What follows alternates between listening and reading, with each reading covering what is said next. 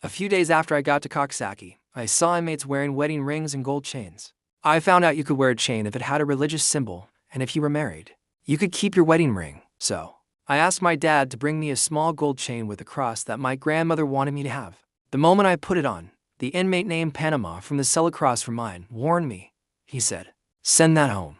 People in here will kill you for it."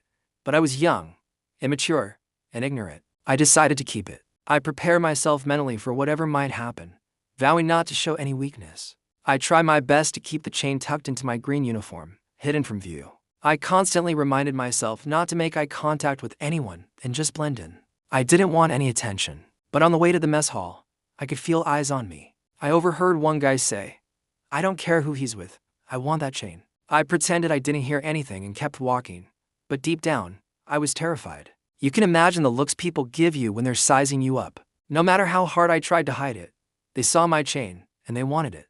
My fear grew every single day I wore it. I kept thinking, if I send it home now, they'll think I'm soft or scared. My pride wouldn't let me take it off. I told myself that if anyone tried to take it, I would at least fight back no matter what. So, I stayed alert, kept my head on a swivel, and made sure not to flaunt it. I think the only reason no one tested me was because they believed it could spark a major conflict between different groups in the prison.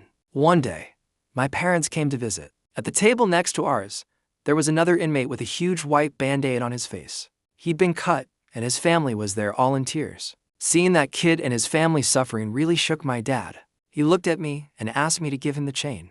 He didn't want to see me get hurt over it. After 3 weeks of cold stares and threats, I finally decided to take it off. I kissed the cross, handed the chain to my dad, and he told me, "You don't have to prove anything to anyone." He promised to keep it with him until I got out. Sending that chain home felt like a massive weight had been lifted off my shoulders. It was one less thing to worry about in that place. All these years later, I still have that chain with me. Thanks for listening to my story. Please subscribe for more.